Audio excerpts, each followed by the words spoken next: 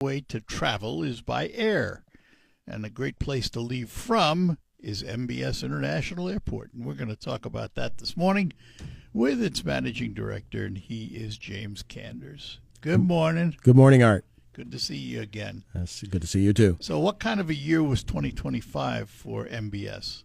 It was an interesting year. We had some interesting projects come in, and the shutdown at the end of the year was a little difficult for us, but we are lucky that we had good federal employees with Customs, TSA, and FAA that really made it still work. I flew out during that, and I just couldn't resist saying to each and every one of the TSA people that I encountered in the line, thank you for being here, because they were there and they weren't getting paid. You know, they had to wait to catch up, but yet they showed up. Yeah, did their thing. They're a very dedicated team, and I really appreciate what they do. I'm very lucky. And so let's talk about the airport itself, the physical airport. It's not that old, the terminal, but you're ready to make changes. Yep. The terminal is actually going to be 14 years old this October. Is it that old already? Yep. It's on Halloween. It turns 14 years old. That's when we officially opened in 2012. And, even though at 14 years, that's my son's age, and I consider that pretty young, but it's there's still some changes that can be made. We've made some improvements with some of the electronic devices inside throughout the building. The biggest change, of course, is we've added the solar canopies at the terminal, and we're finishing up some installation of the EV chargers at the parking lots. So when the solar panels are activated, fully activated, what does that mean to the airport in terms of what the savings are? We'll save about a little over half our energy costs inside the terminal building, which is not insignificant. It's saving us six figures a year easily. And it will, with the EV chargers, we've had some customers come in that have complained that they can't charge their electric vehicles, and they have died. And if you have an SUV that's electric and you leave it in a parking lot for 5 weeks, the battery's going to die on you probably. And so don't have a trickle on it. Yeah, don't have a trickle. So I know some customers are very excited to see this come into play. And when will are they in already, or are they coming? We're doing the final stages. We actually have some work going on with consumers this week to finalize that. They're going to be in the paid lots? They're going to be in the paid lots. The rental cars are also installing their own chargers, and that infrastructure is already in place. And we just need the kiosks installed from the rental car companies. And I think it'll be a very, very good added benefit to the terminal. So did I read somewhere that the airport might be the recipient of some awards? Yes. So this solar project, we did get from the Michigan Department of Transportation, Department of Aeronautics. We got Airport of the Year and Airport Project of the Year because it was a very interesting project that we got done with a company called Verigy. And that rental or the parking lot project, that was from when it started to when it was capable of generating power was 53 days at the end of the year. Started that in November. To sort of have it done that quickly in winter was just phenomenal. So they did a great job. And it was interesting you were telling me that, that there were two costs. There's a gross cost of that solar panel project, but there was a net cost, which was a lot less because of grants. How did that function? Well, so we had Inflation Reduction Act rebates, which was one of the reasons it was crucial to have that system energized or capable of being energized at the end of the year, because now we can get those rebates in 2026 rather than 2027. And, I mean, we're talking several $1 million in rebates alone. Then some other financing mechanisms we were able to do that really kind of, for a $9 million project, we're going to end up paying 3 to 4. Took it down almost to a third of the cost. Yes. That's most people would say that's pretty good management. Yep. We did have to get a bond for it, and the airport has not had a bond in decades. So I think that was the lengthiest process. It took me 7 months just to get a bond, which I am hoping to have paid in 10 years. And be done with it. Be done with it. And it is still an airport that does not rely on taxpayer dollars. That is correct. We are an enterprise fund, so we are self-sufficient, apart from federal grants for major infrastructure repair. Which is not, that's different than operational costs. Correct. And how is all the airport generated? From landing fees? Is that primarily, and that in rental space? Yep, landing fees, fuel flowage, and then rental costs for the various. We'll go back to fuel flowage. What's that? So for every gallon that is pumped into an aircraft, a very small percentage goes to the airport. So landing fees and rents are the biggest driver. And the parking lot. The parking lot is actually our biggest revenue generator. Is that right? Yes. Bigger than landing fees? Bigger than landing fees. It's actually common that at most airports that the parking lot is the revenue generator. Wow. So one of the things that has been talked about for a long time was the need for maintenance structure, because you got some big equipment and small buildings. What's the answer, and when will it be done? So we are hoping that we are going to have the grant awarded this fall, and if we're lucky, construction could start as early as November this year, where we're trying to get a 14,000 square foot roughly facility for our maintenance, our largest snow removal equipment, plus some mechanic bays and overall office spaces, because the maintenance crew, they don't have that. They don't have locker rooms. They don't have break rooms. They fabricated some things in spaces where they could find in the existing building. And it's very necessary to have this. It's going out to bid. It's actually already out to bid, and we're going to have a big closing on the structure April 3rd. So when you say big, one of the things you have out there is that big articulated truck with all that stuff on it, for snow removal and everything. Yep. Will it hold that? Yes. So we call them the MTEs, multitask equipment. They have a 24-foot plow on the front, 22-foot broom in the middle, and are roughly about 75 feet long. And our building right now is from the front entrance to the back entrance is 72 feet, and you have to remove the plow to park it every time, walk in between the tractor and the trailer to get from one side to the other. And the building was not designed for it. So this would allow us to have the two existing MTEs parked in there, plus room for an additional one, which is what we're hoping to get here in 2029. And your fire service, you have how many vehicles in your fire service? We currently have two in our fire service area. And they're housed right next to your office complex. Correct, in the administration building, and we're in the final stages of trying to get the federal monies released to us for purchasing a new truck, which is going to be a 2-year build in itself. So that gives you 3, or do you replace one? We'll replace one. We have a 1994 model. Oh, is that right? Yes, which is still running. The guys do a fantastic job of keeping it in running condition, and then we also have a 2007 model. All right, we're going to take a break. Come back. We're talking to James Kander. He manages MBS International Airport, and we will be back to tell you more. Let me take this moment to ask you how you slept last night, because in this world we live in, we do more for less, and you really need a good night's sleep because you're spending, theoretically, a third of your life in bed. And you can get that quality sleep with a quality mattress from Sanitary Mattress. Now, you can visit all the so-called sleep stores, or you can rest assured your mattress is manufactured right here in the Great Lakes Bay region to your specifications. Your time in bed may be cut short by today's demanding world, but don't be fooled. You can still get a quality good night's sleep on a Sanitary Mattress. And they feature a 1-hour delivery window of your mattress to your home. You don't have to wait around all day. And by the way, if you have an RV or a boat, Sanitary Mattress will custom make a mattress for you, something the box stores can't do.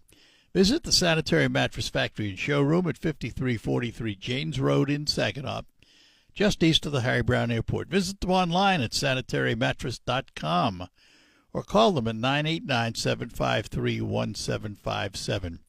Sanitary Mattress, serving the Great Lakes Bay region since 1935. Great things are happening at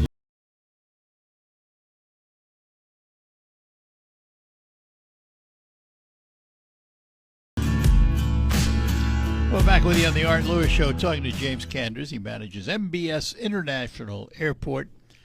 I ask this every time just for the fun of it. You are constantly trolling for new air service out of MBS. Do you get any closer? I mean, it's a difficult chore. Isn't it? It is, and I do talk with the airlines regularly. We have a consultant to help us, attempt to get the service. They're working on, behind the scenes constantly with us.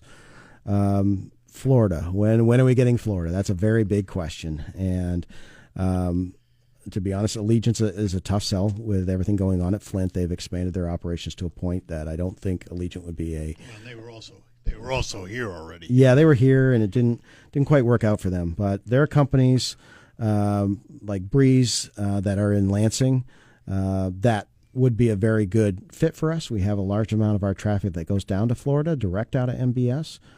So I know the community desire is there, and we're talking with them, but there's some things we have to do to make it more attractive for them to come in, and one of those is lowering the costs that they would be paying inside the terminal, like energy costs. And so that's, again, going back to the solar program, that would help mitigate some of those concerns and attract other airlines.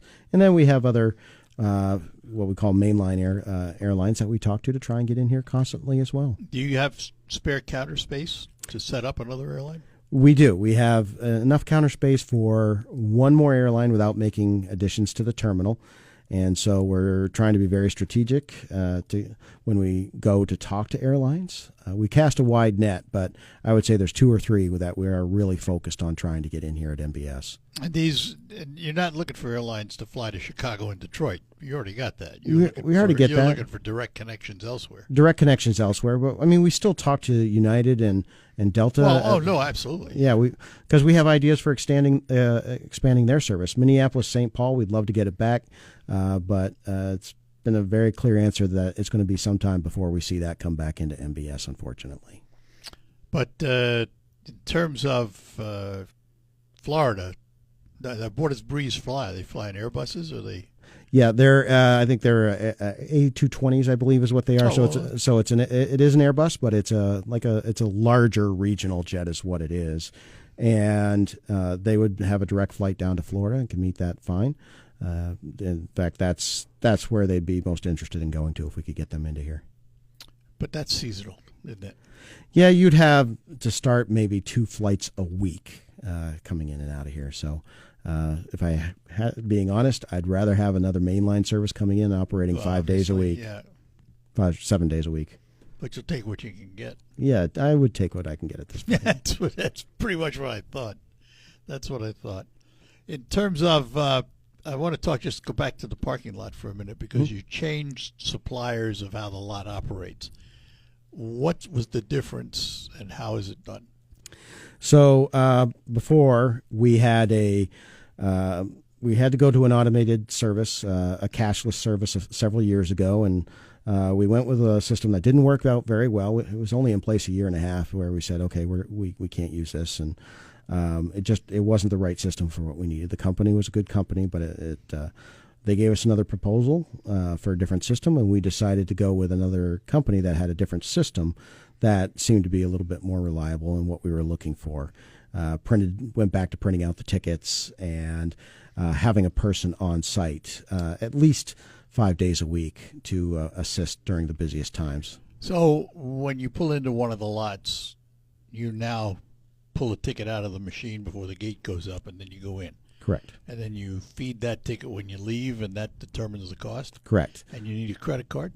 And then you just pay by a credit card there, and it also reads your license plate to help identify the time in. You can enter the lot with your cell phone if you desire. That was my next question. Can you register with this company so you don't have to do anything but go in and get out? You can, and there's actually a reservation system that you can get to on the MBS webpage for parking that'll allow you to register ahead of time to make it even simpler. You put in your vehicle information, and then if the cameras are working properly, and these cameras are very reliable, but they would register your plate, open up automatically, and because they would. Same thing when you leave, you have a credit card on file, and it automatically goes through. Yes, and I mean, we're constantly looking at ways to improve that lot.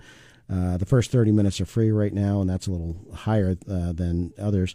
Well, we did that because a lot of people want a cell phone lot out there, and it's just kind of tough to install a cell phone lot. and the improvements we made to the parking lots, as I mentioned before, we were able to kind of leverage the monies on that a little bit better. But a cell phone lot is a tricky thing to put in, and so that I felt was kind of a good accommodation at this point. So if you have 30 minutes free instead of a cell phone lot, you can pull into the short-term lot for 30 minutes and leave. And then leave, yeah, and not be charged. So, and that has helped on some levels because we have seen a lot of people, they're waiting curbside, and we have to try and keep moving them along because you cannot park curbside and leave a vehicle unattended. You haven't been able to do that for 25 years. Yep, that's right. As I well know. Yep. The other question I had, which just left my mind, I don't remember now. Don't remember. Totally forgot it. It happens to me every day. Oh, I know what it was.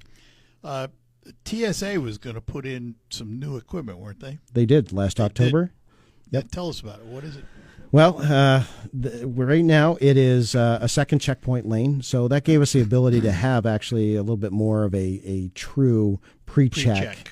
Yeah. And barring government shutdowns, I've seen it in operation, and it's been working very well. I've received positive comments from TSA and passengers about it. Luckily, we don't have long wait times to get in through TSA as it is. It's the beauty of flying from MBS, folks. Yeah, but unfortunately, last summer we had the main machine go down for several days, and we didn't have a backup, and that slowed things up. Now we're going to avoid that problem in the future. Yeah, and you still have to go through TSA, but with the pre-check, it really speeds things up, doesn't it? It does, and right now it's been a few weeks, but that Confirm ID just went into place as well, where if you don't have the real ID on your license plate, which luckily in Michigan is only maybe 10% of the population, but if you don't have real ID, you have to sign up on pay.gov, pay $45 for 10 days of travel. It's supposed to go into effect pretty soon. It's in effect right now. Are they charging yet? Oh, yeah, they started charging a couple months ago. Okay. So we were real nervous about that, but luckily we haven't seen too many. But if you don't have a real ID, you need to plan that you're going to pay $45 for 10 days worth of travel, and it's a longer process to get through TSA because of that. Yeah. Pre-check's the way to go. Pre-check's the way to go. No doubt about it. No doubt about it. So how are we doing? We have this unfunded stoppage again, this governmental shutdown supposedly. How are we doing out there in terms of crews showing up? Well, we were very lucky the last time because I think that went, 42 days last time. And there are a lot of people that volunteered, food and other supplies to the TSA to kind of help get them along. But I think, what are we on, week 3 of the shutdown now? It's not as publicized this time around, but I think we're on week 3. They're now without their first full paycheck, it should be, and it's going to get a little bit tougher.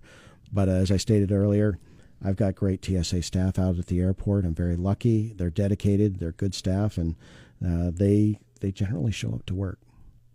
Yeah, and they will be reimbursed, but it's still tough. Not easy. I mean, it's very tough. It's very, very difficult.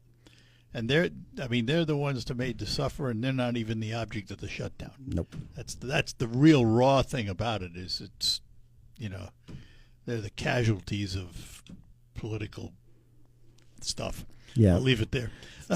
Yeah, and I would just tell the traveling public, it's tough for them, and I know it's frustrating traveling at any time and going through checkpoint, but maybe give them a little bit more understanding when things get frustrating, because they're there not being paid at this time. Yeah.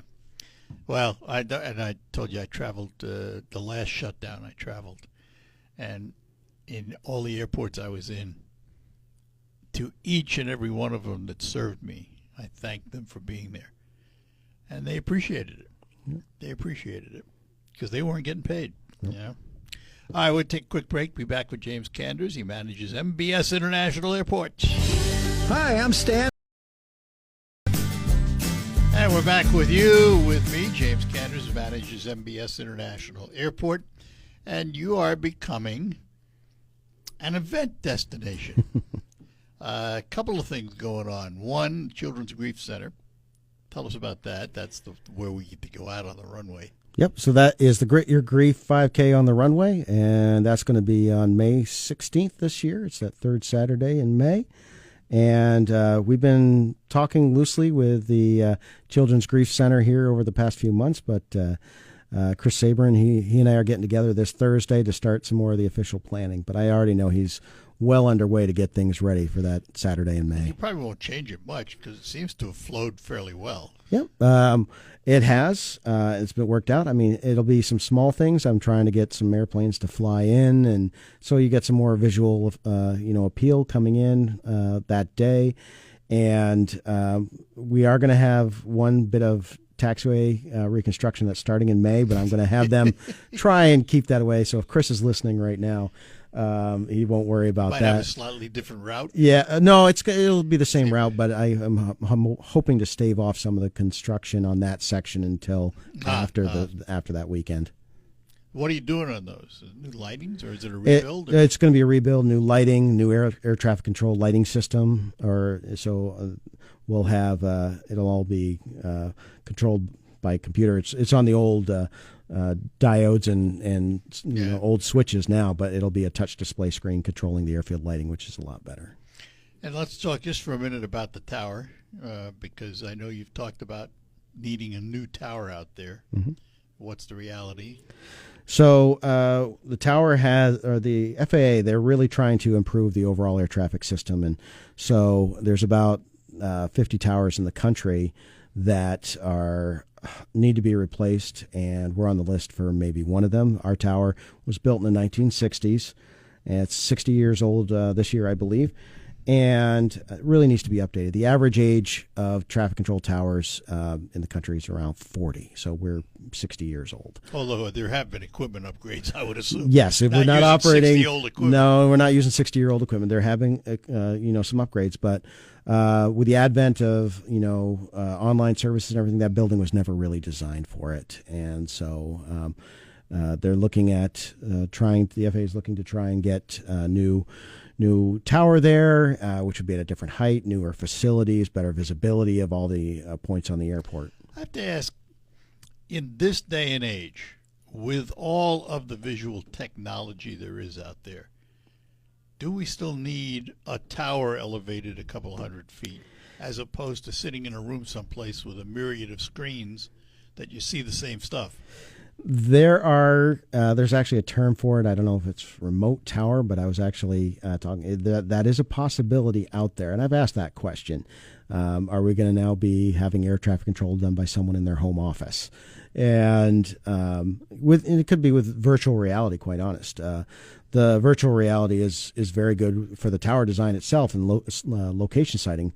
The FAA brought out virtual reality, so we could see what the tower height would be and what the images would look like. So, but for me, I feel a lot better when it's an actual person there. Yeah. Well, no, I didn't say get rid of people. Yeah.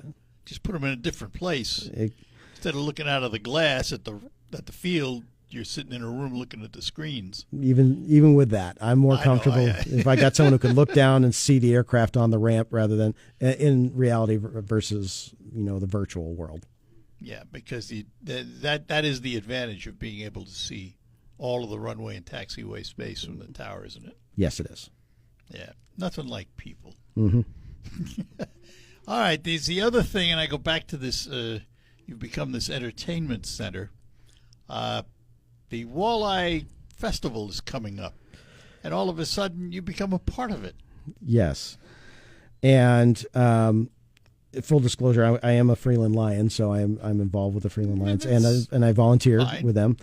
But this discussion has been happening for years, actually, where I took off the Lions hat and I was the airport director, where they were looking to get the carnival out of downtown. It was becoming a little problematic with all the traffic and everything. So this year we're going to have the carnival out at the airport, and so the beer tent is not going to the beer tent will be still in the same. Watson. Yep, and so everything associated with the beer tent and the casino and everything will still be downtown. There'll still be food trucks downtown, but we're going to now have this auxiliary event out at the airport with the carnival, and we're going to have a little bit more room to spread out, and we'll also, I'm trying to tie this in as a fly-in, so maybe even get some people flying in to attend the carnival. But there'll be signs everywhere directing traffic, but it's a new animal, so we're going to have to learn what works this year and make improvements if the site is to continue. But I think it'll be a good location and allow for a little bit more freedom. And there is still talk, from what I understand, of rebuilding the dragway. Still talk. Keeps going on, doesn't it? Keeps going on. There are challenges with that, but the young man who's in charge of that, he's still looking at doing the car show this August. Yep. And he and I are just now starting conversations on that, so putting a new agreement together. I know it's a day of a lot of vehicles coming through. Is there any chance of getting the Freeland Road gate to open? That's one of the things I'm actually trying to do, where I'd have to take some millings and redo that road, and I have to consider redoing that road for other reasons as well. But that is something that we're trying to get done this year. And if coincidentally I have this pavement rehab, 1 mile long pavement rehab that's going on, and I need a place to put those millings. Well, I've got a place for it. It's a question of, can I afford to do it, and how will it work? Yeah. All right, we'll be back one final segment with James Kanders, manages MBS International Airport. Gotta go. Back with you in studio with me, James Kanders, runs MBS International Airport. Haven't talked much about the flights out of the airport. How many are United and Delta running now? Well, we're in the slower season right now, so we have a total of 3 and 3 operating right now. So three daily flights for Delta, 3 daily flights for United. And when does it change? Usually around summertime, so May, June, you'll see that increase a little bit. So we'll have 4 for Delta, and typically it'll stay around 3 for United. And the passenger counts have gone up every year a little bit? A little bit. As I stated with the shutdown, we did lose about 10 flights due to air traffic concerns at the end of last year, which didn't get us the increase. I was hoping to end the year a little higher, but we got about a 4 to 5% increase year over year. Even with the loss of flights. And are the deals good? I mean, can you get out of the airport? Yeah, reasonable. Yes, I'm finding many flights. I've booked several flights myself for $300-$400 or less using the mbsairport.org website. You can book flights right there, and the system will find you the cheapest flight in and out of MBS. You can do it on the airport site. On the airport site, and it's really worked out pretty well for us. Yeah, what is the site? It's www.mbsairport.org. Just that? Just that. It's right on our homepage. You can book a flight. It's the first thing you're going to see. Also at the airport, when they built the new terminal, there was food put in on both sides of TSA. Is that still operating that way? It's still operating. After COVID, what we call the land side, that's pre-security, that shut down for the most of the time. But and what I could see is the overall health for the airport. Their revenues are going up because I get those on a monthly basis. They're doing great on airside, that's post-security. But now they've reopened up the landside portion, and they're doing. Is that still Tom Wood? Yes, it's Tom Wood Catering, Mr. JB's. Yeah, but it's Tom Wood Catering. Yeah, does a good job. He does a very good job. Yes. But it's I can remember when that terminal opened up and I had to fly out. That was a bonus. Yes. Having that there. I mean that's big. Yep. And we're still looking at making some small amenity changes. I walk through and I notice people, we don't have the charging outlets that I would like to see. We're looking at improving on that, places for desktops, maybe even small pop-up business centers where you could go in and have a business meeting without being bothered. I'd like to try and install some of those over the next couple of years. And in terms of your staff at the airport, you're full? We have one member of our safety department that's firefighting that we're trying to decide. We've got a vacancy there that we're trying to fill, and over in maintenance and the other positions, we are fully staffed. Come into that fire department as a firefighter. Is it the same requirements as other fire departments? You have to have Fire 1 and 2? It is Fire 1 and 2. That's a state requirement, and I've had to educate myself a little bit more on that because I've worked at other airports in different states, and it's a different requirement. But Firefighter 1 and 2 here, you're not going to have the same level of firefighting that you would at a municipal firefighting. No, We're but very- it's different. You have more training than once you get in, right? Correct. You have to be. You have to have an annual certification, which we call our 40-hour course in live burn, where this mock fuselage comes out. They light it on fire, and you have to practice putting it out with the airport trucks. So that's a